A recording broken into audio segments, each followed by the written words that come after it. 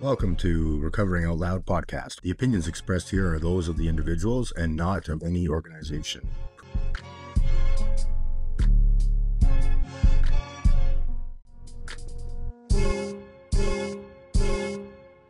The best question that I get to ask myself whenever I feel like that, those kind of envious thoughts, is like, am I willing to do the work and the sacrifices that it took? Yeah. Do I really want this person's life, or do I just want this thing? Yeah. I probably don't want their life. They probably sacrificed everything to have that. Like, do I actually want, like, do I value wealth over everything else? Yeah, bro. Not really. In today's episode, we sit down with our good friend Will L., an artist, podcaster, and creative. We discuss what it's like being in recovery. We talk about suicide, other mental health issues, the power of gratitude, emotions, and how to let them out. We discuss losing brothers in recovery. We talk about anger and coping mechanisms, misconceptions about addiction, money, and sacrifice to follow your dreams.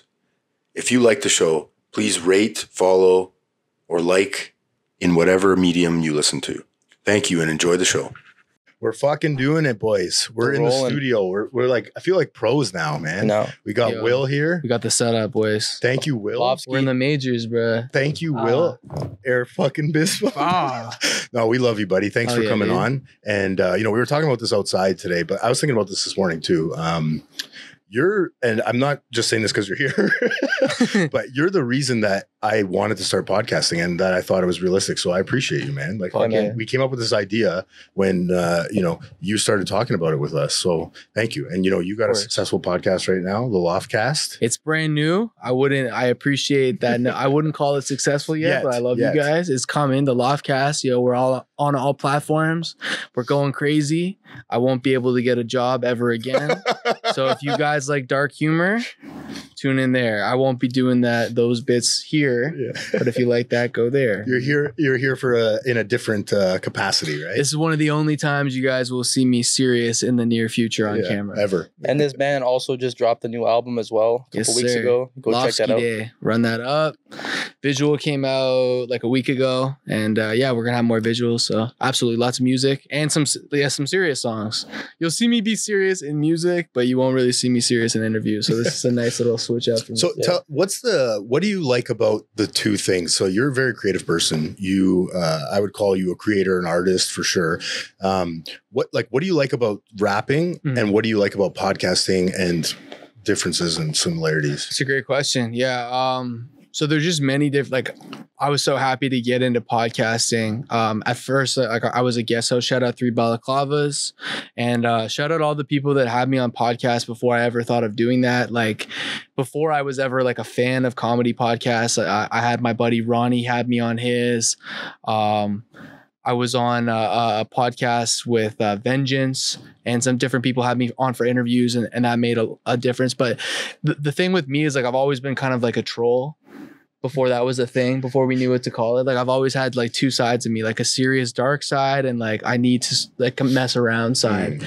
So having an outlet for that is really important to me. And that's why I'm just happy that I can do that stuff and then double down on the music. Cause like even some of my music, like I have a lot of like pretty jokes lines, but I also talk about a lot of very serious subject matter pertaining to like addiction, recovery, all kinds of stuff. So I don't know. It's just different sides of myself. You know what I mean? Interesting, but they're both like creative outlets, and you're releasing energy in that way. That's cool, man. I love that. It's a lot of fun. I feel like podcast is great because especially in sobriety, like I'm a really social guy, and I love just joking around with my friends. So it's like, why would I not want to have it on camera and stuff like that? There's so many times I'm just like on the phone where I'm like, this would have been a banger podcast. Why isn't this recorded? So now I'm just trying to set it up more. It's also a good excuse because like the older we get, the busier our lives get. Sometimes it's harder to schedule stuff. And then it's like almost an excuse to like get together with people. Yeah. That's a great point, actually. I was saying this like 15 minutes ago as we were setting everything up. I'm like, this could be a horrible podcast, but it's still fun to just get together and just like, If nothing else, we hung out tonight and had a great time. I'm having a great time. Exactly. It's a little bit stressful in the beginning setting all this shit up, but it's worth it after. Yeah, man. No, for sure. Man. No, it's all good. We're here. No, we're doing it. So, Will, how long have you been sober for, Will? Almost 9 years now. Wow, man. God willing, I'm gonna knock on Hope that's wood. Knock on wood or plaster. There's a stud. There's a stud behind that. I heard a stud. Yeah. So yeah, man. 9 Blessed years, to be bro. here. Blessed to be alive. What was it like in addiction for you? Terrible. I was like a completely different person, like in every sense of the word. Like addiction stole my entire personality. I lost. I was like, I had basically lost all my social skills. And then just growing up as a kid, like all my issues just as a kid that I was able to deal with when I was self-medicating and kind of went away. Then as the worse I got, they came back and they multiplied. They were much worse. So like my self-esteem was never lower than like when I was tanking. You know, my self-confidence completely gone, my self-worth, my self-talk.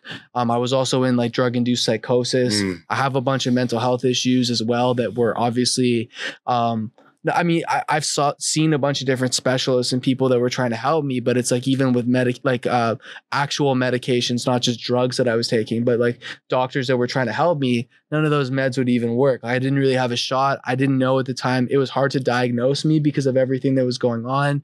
I didn't know until like 2-3 years into sobriety that I even had OCD and that I had bipolar 2. I just thought I was crazy and that I was a danger to myself and other people. Like at one point, I literally thought I was gonna I didn't know what intrusive thoughts were.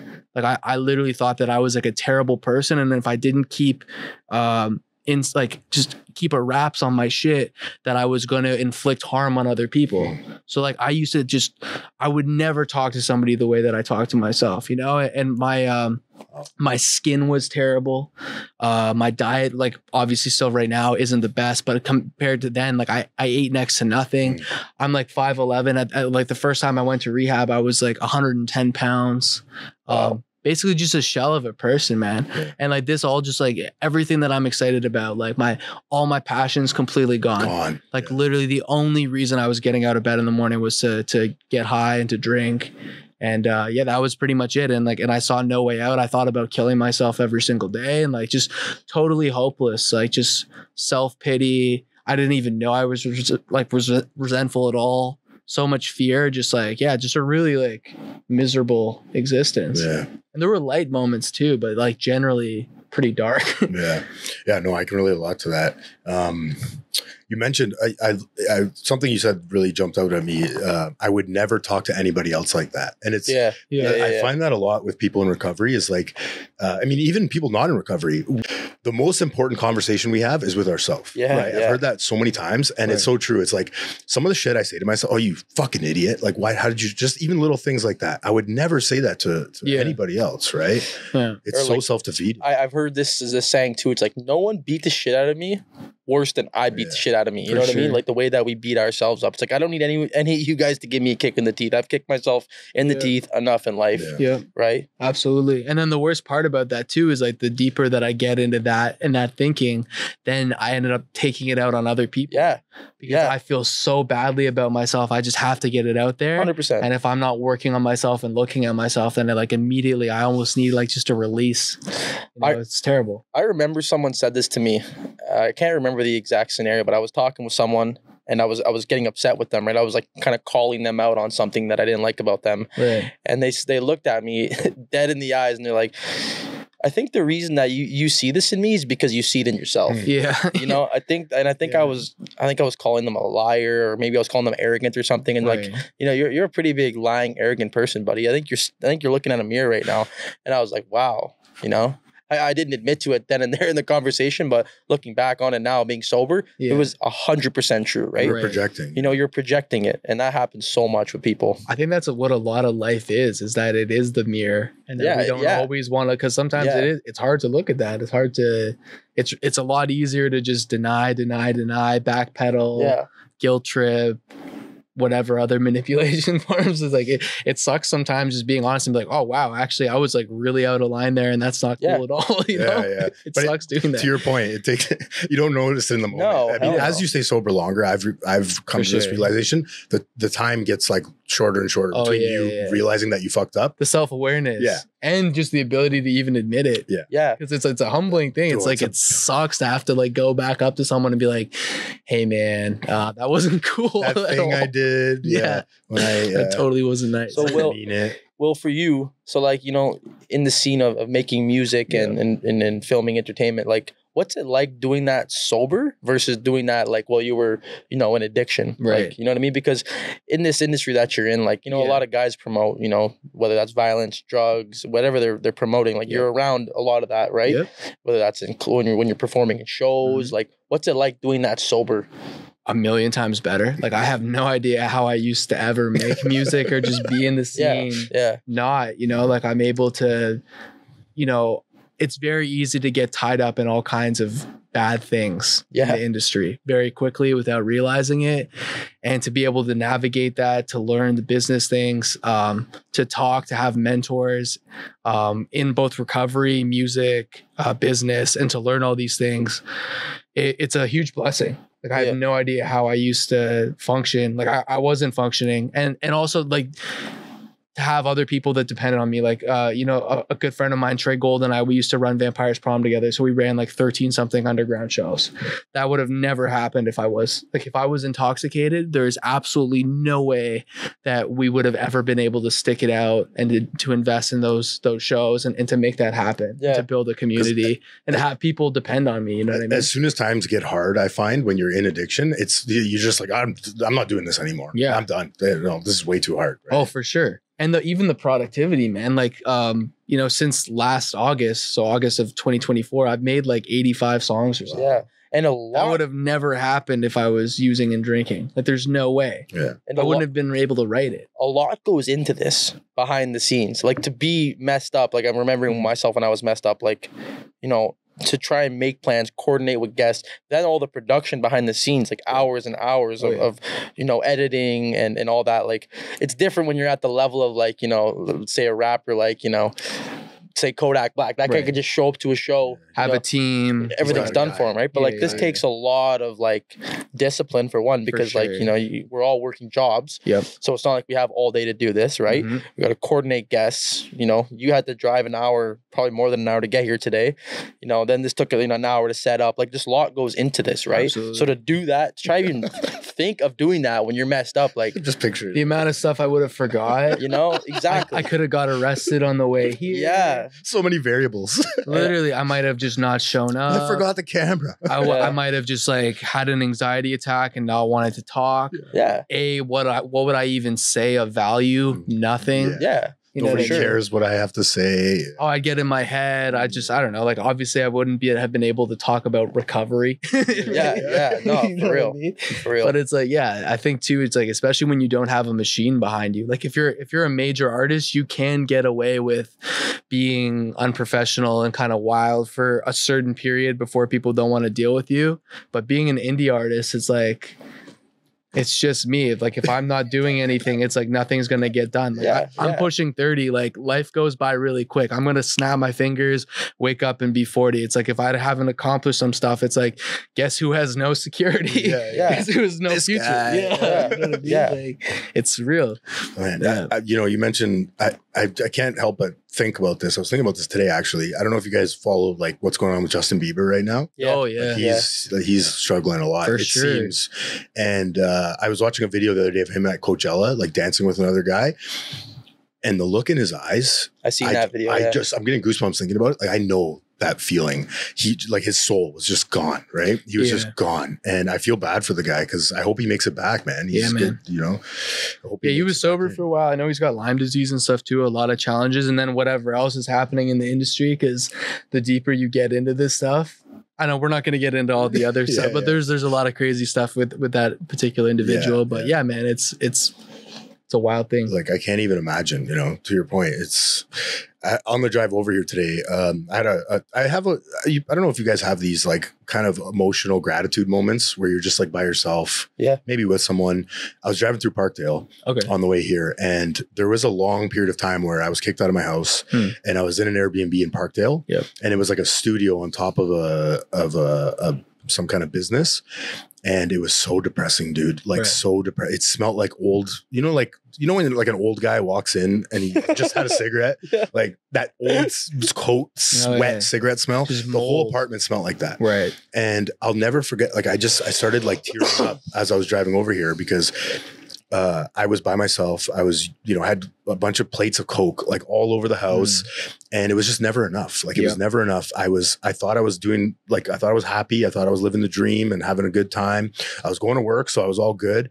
But those remember whens are important. And I just had this moment. I was listening to I think Willie Nelson or something, like a song came on, and I was like, man, I'm so happy I'm sober. Yeah. Because I miss this feeling of one, showing up to be able to do things like this, For sure. having purpose in life, and not being stuck on top of this fucking apartment where every day was just like miserable. Miserable For shit. sure. And you like the worst feeling, it's like waking up just being like, every day felt like such a chore to me. Oh my I'm like, goodness, man, like my attitude is completely different. Like when I wake up today, I want to seize the day and get as much as I possibly can. And I think about other people and what I can do for them. Whereas every day before I'd wake up and I'm just like, I just hope I can get through the day. It was literally just getting through the day. Like, what a shitty way to live. And medicated too. With my medicine. I just remember, like, I think about that a lot now because, like, I have very, very busy days. Like, my days actually have purpose, right? But like, I remember, man, when I was in addiction, like, I would wake up in the morning, I'd go to bed at night, like overthinking waking up the next morning, like, God, when I wake up, I got to somehow get a little bit of money, somehow get high. And then after that, I got to do this, and this. And then I got to get high again at 5 p.m., right? Like, that's all I would think about. Now, like, I say this all the time. My favorite part about sobriety, one of them, there's lots, but one of my favorite parts is just knowing how I'm going to feel when I wake up, not having to freak out about, I'm going to like have the shakes. I'm not going to want to talk to anybody. I'm going to be miserable. I'm going to be sick. Right. And like Anthony just said about the gratitude thing, like, when people ask me like, what are some things that help you, right? There's a long list of things that help me, but one of the most consistent things that I use every single day is gratitude. Right. Like, just, even when things get tough, because things get tough, right? And it's like, things are pissing you off, blah, blah, blah, blah. And it's like, okay, well, like, I'm thankful that I have a job. I'm thankful that I have friends I can reach out to. I'm thankful that I have food, right? Because you look around the corner and there's, 20 guys that don't have that, 100%. Right? And not to use yourself to bring people down, but it's like, you get what I'm saying? Like, life really is great. Yeah, man, we're blessed. We're so blessed. And I love what you said too in the car about like, emotions coming back.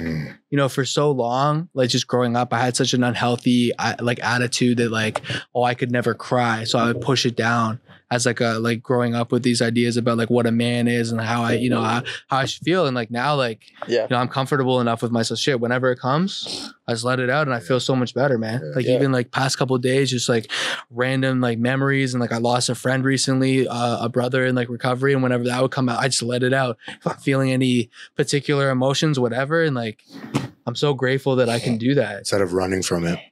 Pushing it down. And just keeping sick, Yeah. I was actually talking to my mother about this last night. I was hoping you'd bring this up. There was a few things that were, no, this isn't what I was talking about today. Well, you have to. I will say this next, but the first thing I was going to say was I was talking to my mom last night and there was a couple things that were, pissing me off and making me angry. And then I realized I'm like, these things aren't actually making me angry or pissing me off. It's actually like hurting me a bit and upsetting me. And I'm taking it out as anger because that's just what I do. No, fuck that guy. That's bullshit. That's just how I know how to do things. Coping mechanism. Right. Yeah. But like, it's like a secondary feeling to the first feeling where no, actually something's happening that's upsetting me a little bit. And maybe if I just talk about it, figure it out, I won't be getting mad. And like, I'm able to do those things now because I'm sober. And that's the only reason, right? Absolutely. One of my favorite things about this podcast so far is that people reaching out to me that I know that are like, hey, I actually struggle with this, and this too. And it's great to hear you talk about it. But it's like, now we're going to get on a platform that can reach more people, right? That might be struggling with the same thing because, you don't hear enough young people talk about Absolutely. About this. You do not hear enough young people Huge misconception. And like, the world's at such a difficult place right now that people have a billion excuses to, go hard on drugs and alcohol. Yeah. Right? Like life is tough. Let's be honest. Some people I talk to are almost like living in this fantasy land of like, everything's okay, blah, blah, blah. It's like, no, like the economy's not doing well. Our country is like kind of crazy. The States is pretty crazy. All over the world, there's a lot of unrest and things like it. People have enough excuses. So like now is a good time as ever. You and I were talking about this on Saturday. Yeah. I was telling you, I'm like, how happy I was and how things are going good. But we were also talking about like how sometimes people you could be like, you can read it right away when someone's like, oh man, life is great. I love this. Like things are awesome right now. Like, you know what I mean? Like, and like, you can tell right away that the person's putting a front on, right? Yeah. And it's so nice to not have to do that anymore. Absolutely. Right? It's like, okay, no, this is upsetting me. And that doesn't mean your life is shit again, but it's like, no, you got to deal with those problems, and putting on the front, it's exhausting. It's exhausting to do that, because I did that for a long time. And I would tell I would lie to myself and be like, and like I mentioned in my podcast before, I come from a small town where everyone knew me. I would walk around the town like, oh, everyone thinks I'm just chill Bill, you know, nothing's wrong. But deep down inside, I knew everyone knew something was going on, and it was so exhausting having to face people and just act like life was great. Lie to people about what I'm doing, lie to people about where I'm working, but really deep down inside, that would just kill me because it's like I'm lying to myself. You know. So that's a good point, man. Like, just being honest and open with about how you feel, and people say it's just a man thing. No, I think it's women too, just anyone in general. It's for like it's so hard to just be open and honest with how you feel, because it's not an easy thing to do, to just be like, man, like this person kind of hurt me today. They said this and it kind of hurt a little bit, right? Or you know, this is going on with work and it's kind of upsetting me right now, right? It's so much easier for me to just be like, that's bullshit, man. Fuck, I don't care. No, that person's an asshole. Yeah, that's the easy route. I gotta be honest. I was more alluding to the fact that you told me about your mom calling you last night on her birthday. Oh, and that was a beautiful gift in recovery. Yeah, my mom's birthday was yesterday. Sick. And you know, it's she called me earlier in the day. So third thing my mom told me, my mom's involved lots on fire. Shout out, Mom. Let's go. So yeah, she called me last night, and I talked to her earlier in the day. And it was her birthday. I wished her happy birthday. And she was going to have a family dinner with my grandparents and cousins, whatever. And I was like, you know, I wish I could be there. You know, I don't see my parents as much now that I live in Toronto. But I was like, you know, it sucked a little bit to not be able to be there. And then I talked to her later on in the night, and she shared with me that there's this place my parents have behind the garage. They have this big deck, right, that overlooks the lake. And she's like, you know, for like a year, she's like, I spent so much time. That's her little spot, she told me. She said she spent so much time out there crying and just wondering if like what was going to happen, and if you were ever going to get better, or if she would get that phone call one night, right? She said she spent so much time crying, but she's like, this, like, you know, this was the best birthday gift ever, that you're sober now, and like I love you. I was like, whoa, like, you know, I was just like, whoa. I literally texted Anthony right away, and I'm like, my mom just said this to me, it made me so happy. And I tell my mom, I said this for this morning, one of my favorite parts about sobriety is just like having my parents be like happy, you know, because they deserve that. They did a great job raising me. It wasn't their fault why I become a drug addict. So the fact that they can enjoy it makes me so happy. It's a gift, man. Huge gift. So what happened to you, Will, that brought you into recovery? What was the moment or moments that brought you in? Couple different things. Like the first time I came into recovery, I was 19. My first initial attempt, and basically what brought me in was I just didn't want to live anymore. You know, I was attending audio school and really struggling to keep it together. So I decided to defer school for a little bit. So I was going to a university program that I dropped out of. Now I'm finally studying like literally exactly what I want to do with my life. And I enjoyed the program. I wanted to be there. More than anything, I wanted to take this as seriously as possible. And my addiction was so bad that like I literally couldn't. Throughout the day, I would have to stop at the bar. The second I woke up, I would start my morning with pills, immediately smoke, and just get fucked up all day. So like it was just such a train wreck. And every single day I'd be taking the subway from Union Station and think about jumping in front of it every single day. That's heavy. So like it just felt like I like that pit in my stomach was just getting louder and louder, and I was just like, oh man, I don't know how much longer I can keep this going. Even when I went with my mom to check out a center, and she wasn't trying to like, oh, we're just gonna like pretend and then throw you in kind of thing. It's like literally I was just checking out a rehab. I had no intention of staying. And I basically just like broke down there when it was crazy. So we show up, we drive in or whatever. I'm not going to say what the place was called. Doesn't matter. But anyway, so we get there and they're like, oh, hey man, how's it going? Or they're trying to be nice to me. Something like the current inpatients or whatever you want to call them. And then I was like, fucking terrible. And they're like, nice, you're in the right place. Actually, I was like, what the fuck? What's wrong with Welcome home. These people? I'm like, what the That's hell? Hilarious. And then I go inside, whatever we're bringing around. Like, yeah, I literally just broke down in the basement and like for like a guy like me, like that does not happen. Like, you know, like I said, like it's a miracle that I'm able to, but it's so crazy. So like that, there was that moment, and then fast forward, boom. That was 2015. Then 2016, I had screwed up several times, relapsed, whatever, lots of bad things. And then I had a week where there was 2 ODs in a week. Fuck. My previous mentor was driving me. We were coming back from a form of community therapy, and we hit black ice. The car almost flipped, and then someone drove into us, and my mentor was sober.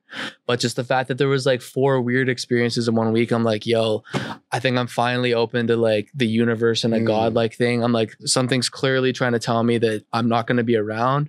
At this point, I'm like 20 years old. I'm like, I don't think I'm going to make it to 21. This is like really, really scary. Like, I think they are right that this probably is the last house on the left. I'm finally going to listen. And I came to another center, and like, yeah, at that night at a therapy session, like I broke down in front of the whole group, and that's something that never happens to me in a setting like that. Like I could not hold it in. I was like terrified. I did not think that I had a chance at sticking around. So I was like totally desperate, you know? Finally, like able to wave the white flag and open up for a new way, right? Yeah, a new idea. And then then the last time I had left that center, several months after, I took my will back one day, and I got high one last time, and I didn't get honest about it for like another 3 months. And I'd say that was like my final and like my realest bottom, was that I was sitting with a lie. So I was telling people that I was coming up to 6 months, but I really had 3. And every single night I would pray to my higher power to take that memory away. I'm like, oh, it didn't happen. But I knew it happened. And what was so scary is the second that happened. So that's why my dry day is July 13, 2016 and not April 10th. And it was terrifying, because the second that happened, even though it was just like, you know, 1 pop or whatever, it doesn't matter. The next thought in my head, oh, I could get away with this. Yeah. No one has to know. Yeah. Like immediately that thinking came back, like right away. And I'm like, oh man, this is really, really bad. And for those months when I was holding that in, I was getting sicker and sicker and sicker. And I knew if I didn't get honest, I was going to go on like a really, really bad tear. And I don't think that I might have come back. Yeah. And like now that's like the biggest, like many motivators to stay sober, but like anytime, and I rarely ever get thoughts, but anytime that even like crosses my mind, I'm like, buddy, like you're not like even though I've been sober longer now, my disease has gotten worse. Yeah. Progressive illness. Yeah. I'm not going to go back to like, and I can't even like the way this society is now. Like, I don't like my odds. It's really Russian roulette. Yeah. No, you know? for real, I have no desire to entertain. I'm like, yeah, I'm going to like, I knew I was going to die then. I'm like, now I'd bet $100,000 that I'd die within a year, probably much less than that. And I have noticed, you know, oh shit, man, I want to see how long I can take this. Like if I can live to 85, that sounds pretty cool to me. Yeah. You know what I mean? I agree. It wasn't even an option before, right? Absolutely not. Absolutely not. I'm 29 now. That's crazy. Like I didn't expect to live to 30. Yeah. Wasn't in my deck of cards. Yeah. No, for real, bro. So yeah, man, blessed to be here. Wow. What so you mentioned the you know, the podcasting as being kind of front and center, and we were talking about this before, but like sacrifice to kind of, you know, not to be cheesy or anything, but to like live your dreams. Like that's essentially what we're doing here. This was a dream that I had. It was a dream that you had, and you know, why not me? Right. I just talked to you about why this not other day. me? Yeah. So why not me? Yeah. I mean, like, tell us about like sacrifices that you've had to make and what that looks like and why you do that. Cause so my, honestly, like the biggest motivator for me to finally get honest and get sober was so that, because I wasn't satisfied with the music that I had out in active addiction. And it was crazy, like more than my family, more than my ex at the time, more than like literally anything in my life. I was like, I just want to leave like some kind of better art behind that if I die, that like, I know, hey, I really did this shit. Like I did, like at least there was something here, something tangible. So yeah, like I still feel the same way. I don't really, and I look at life so differently now. Like I don't really believe in the whole legacy thing, because at the end of the day, like, you know, we all eventually get forgotten, and that's actually a very beautiful thing. Yeah. But while I'm here, I want to do like, you know, like I said, I try to just seize the day as much as possible. I want to leave behind as much as I can, inspire as many people as I can, be involved and like, and hopefully just, you know, do my, it sounds corny, but like, yeah, just try to do like my little imprint on the people that I interact with with to make the world a better, like just a little bit better than when I got here.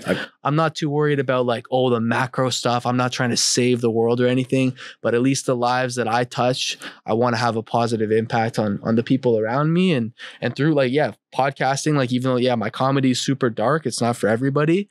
A lot of people have that kind of sick sense of humor, and I bring some joy that way. And then same thing with the music in a different sense, so I like just really just try to like leave this is my way.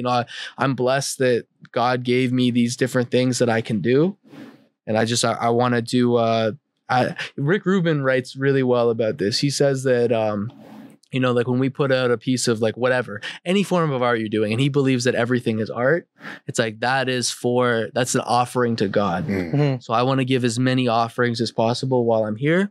I don't know what's going to happen in the next stage or where I end up. It's not really my business, but just trying to make them. I feel like it's the least I can do to just make the most of it. Like I don't know how I'm still around. So sacrifices is a big one though, man, because like, for example, I didn't really answer the question. No, you did. I like you that. did, but it's for example, like it's 10 o'clock at night. Yeah. Right. You're an hour away from home. We're still filming a podcast. I gotta work. I gotta be up at 6 in the morning. You have to work in the morning, and wouldn't want to be anywhere else. And but like that's the beautiful thing. Exactly where we're supposed to be. The beautiful thing about doing something you love like this is like I don't mind at all. But like to correlate 3 different schedules, like we gotta make some sacrifices. Like I'm gonna have a little bit less sleep tonight. Yeah. Right. But like I think we live in a society now where it's so tough to make it by. For sure. So you need to stay on your grind, and like literally, I know you guys are probably all watching TikTok videos right now. And this, David Goggins like grind, right? But that's literally what you got to do if you want to work, like make things work. Like we all work a lot of hours. We're trying to do this, which is our dreams, but this takes a lot of work. Plus a job, right? Plus you're going to school. Plus we have, a life, right? And family and friends. Right. And it's so easy to just be like, nah, like, it's playoff time right now. Yeah. Like, I want to watch playoff basketball right now. But like, no, this is, you got to stay on your P's and Q's. And that's just with everything in life. Sobriety, obviously, like it'd be very easy for us to just go to the nearest bar and all have a drink and whatever. Right. But no, like you got to just, like one of the biggest things that helps me in life is that D word, discipline. Yeah. Doing things that, doing the harder thing you don't necessarily want to do. You don't want to do, but and I was also speaking about this to my mom last night because I'm like sending her money every paycheck, right? Yeah. To help save money and make sure I got money for rent and food and all this. And I'm like, like last time I sent you money on Friday, I was like, I was thinking it was $500. I was like, fuck, like I could get away with just not sending money this week and then do it next week. And I'm like, if I could go buy a nice pair of sneakers, like, maybe go for like a nice supper. And I'm like, I really thought about it for a few hours. I sent it to her the next day that I was supposed to send it. And then I sent it the next day and I was disciplined. I'm like, even though I didn't want to do it up until the second I did it, after I did it, I felt better instantly because you did the right thing, right? And doing the right thing is not the easy thing. Doing the wrong thing is the easy thing, right? Getting that instant gratification, which would be buying some sneakers, right? But discipline, man, in life takes you a long, long way. I think it's one of the key things in my life is discipline. And I feel like I'm doing a good job at it right now, but still I could do so much better in so many other areas of my life. I had a therapist in my first treatment center in Minnesota. His name was Dr. Joseph Lee, I think. He's a pretty famous psychiatrist in the addiction field. Shout out Lee. Shout out Hazelden, Minnesota. And I was able to get a session with him, which I realized today was actually is a huge thing because he's a pretty big guy, right? And he always told me, and this blew my mind because I was 23. I didn't understand addiction, but he explained it in such a easy way for me to digest.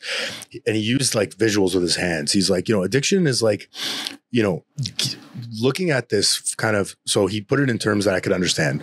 You have an iPhone here, the newest iPhone. You have your house over here. Addiction is about bringing both of those things together, right? Instead of buying the new iPhone today, it's like you're saving the money, like you said, for that house down the road. And you're kind of like leveling out that instant gratification for that long-term gain. And that's what addiction is. It's like, I'm going to give up this line of Coke because I know that I'm going to feel better in the long run. And it's just slowly you're bringing it together. And when he said that to me, I was like, that just totally makes sense. I get it now. Facts. Right?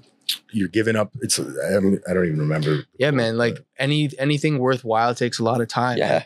Like, to answer that question a bit better, it's like, what does sacrifice look like? I've been doing music 13 years.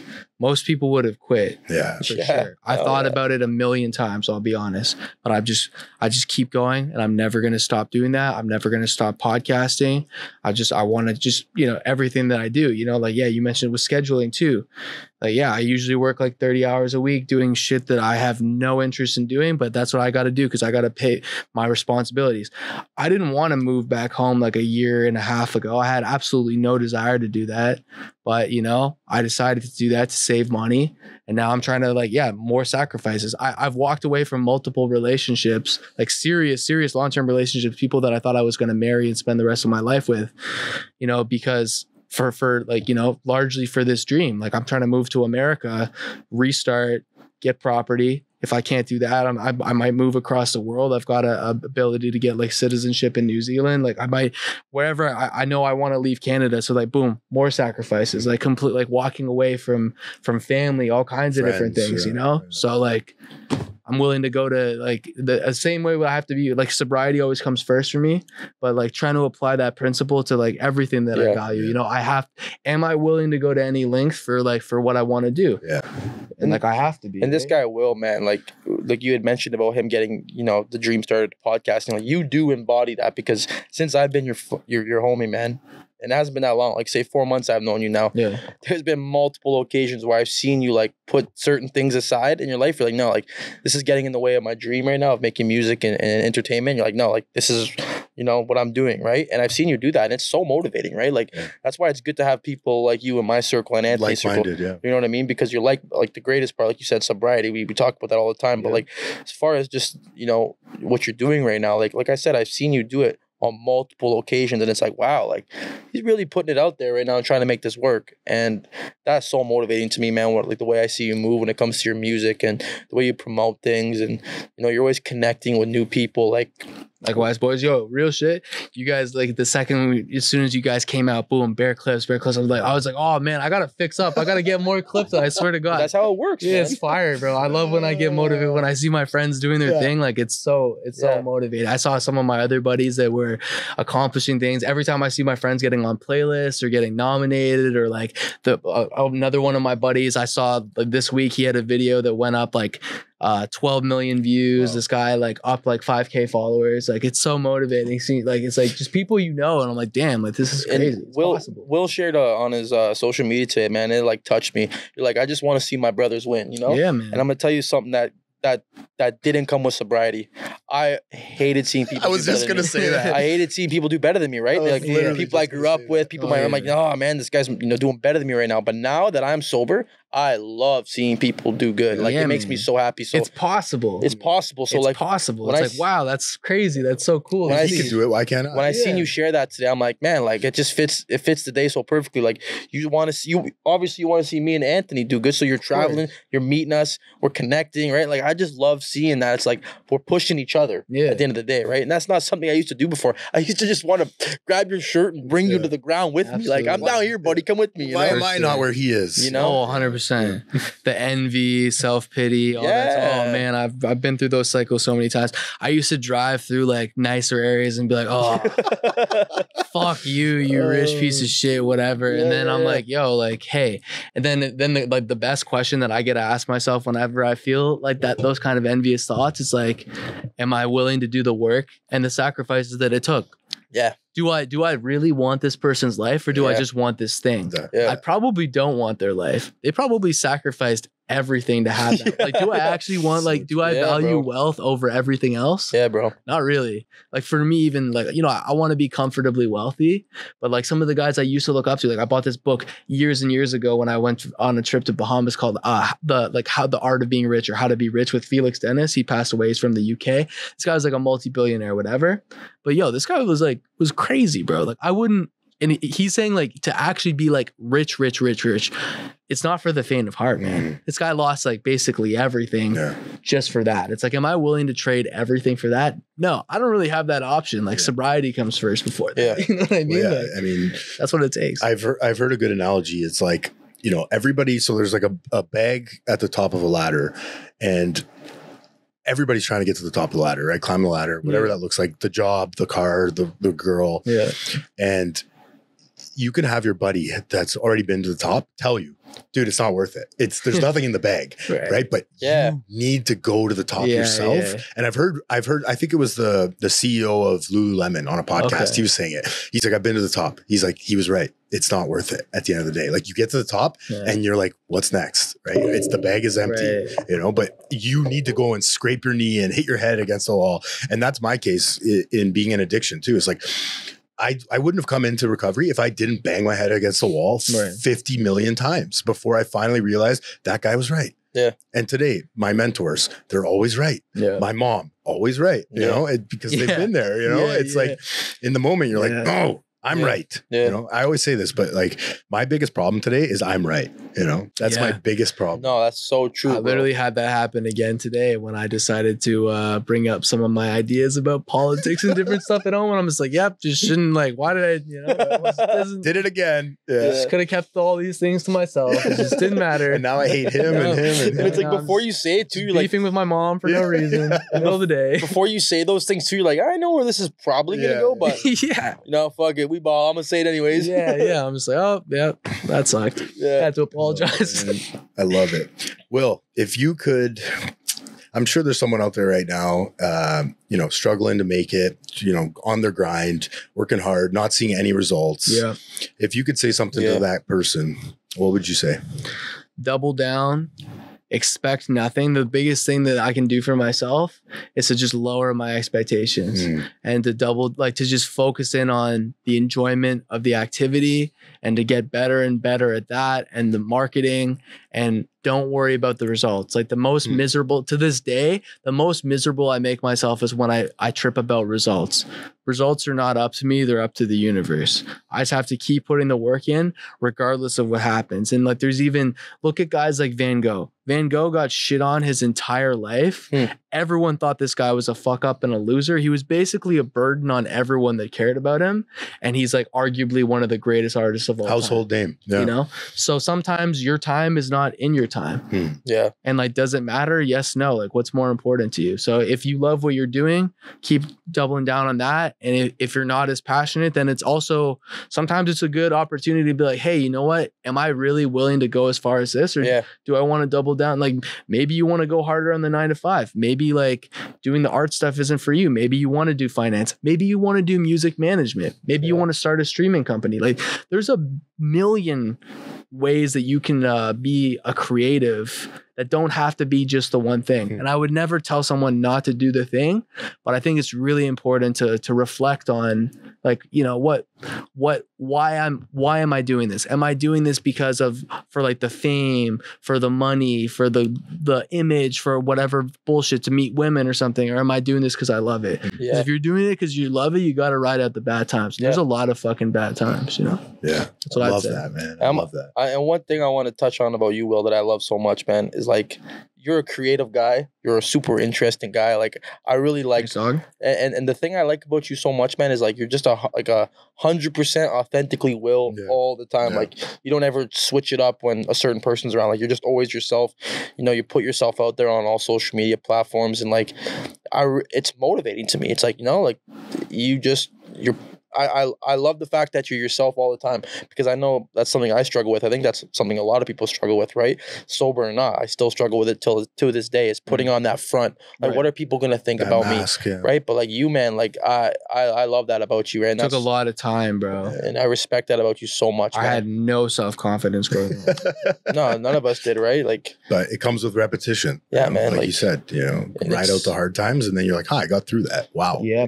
That's amazing. My sponsor used to say like about like feeling comfortable in your skin, and for years I was like, what are you talking about? I'm like, my first year of sobriety, I was like literally just holding on for dear life, just like fucking terrified. I'm like, I'm just gonna listen to, like, if this guy told me to like move to like a random island by myself and stand on my head under a palm tree for a year, I would have been like, okay, cool, sounds good. I'm gonna do that to stay sober. Like, if you say so. And just eventually, like, finally felt comfortable. And one more thing I want to touch on too before we end this that you just mentioned is the expectations thing. Man, that thing, that expectation thing helps me a lot because I expect things every day, 25 times a day, right? Like simple things like, you know, I expect to wake up in the morning and feel happy. I expect to wake up and have to take a pee right away. Just don't expect nothing, because that's what gets you really like off your set and upset and mad, right? Like, and it happens all the time, man. So, and it's I think it's essentially impossible to not expect anything,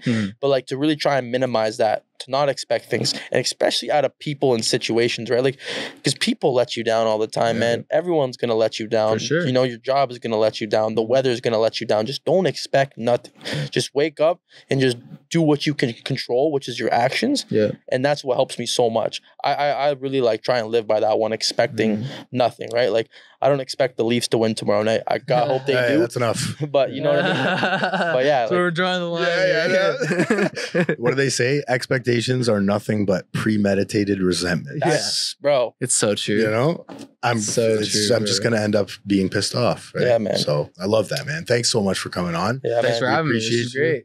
And again, guys, go check out Will's new album, his new visual for his music video Boundaries, right? Yes, sir. What happened to my boundaries? We'll throw it up on the screen. Bow. And shout out Link's Music Studios for having us here. Thanks. I love this place. Yeah, I love this place. You'll probably see us filming here more. Absolutely. And again, just thank you guys for all the interaction on all the latest posts out there. You know, it's motivating for us. It's motivating for guys like Will who do the same thing as us. This just keeps us going, right? So yeah, love you guys all. Thanks I love you, boys. Yeah, man. You're no longer alone. That's it, boys. Keep rocking. Thanks for listening. Please help us grow the channel and like, share, and subscribe for more content. The discussions and stories shared on this podcast are for informational and motivational purposes only. This content is not a substitute for professional medical advice, addiction treatment, or therapy. If you or someone you know is struggling with addiction, please consult a licensed physician, addiction specialist, or mental health professional. You are no longer alone.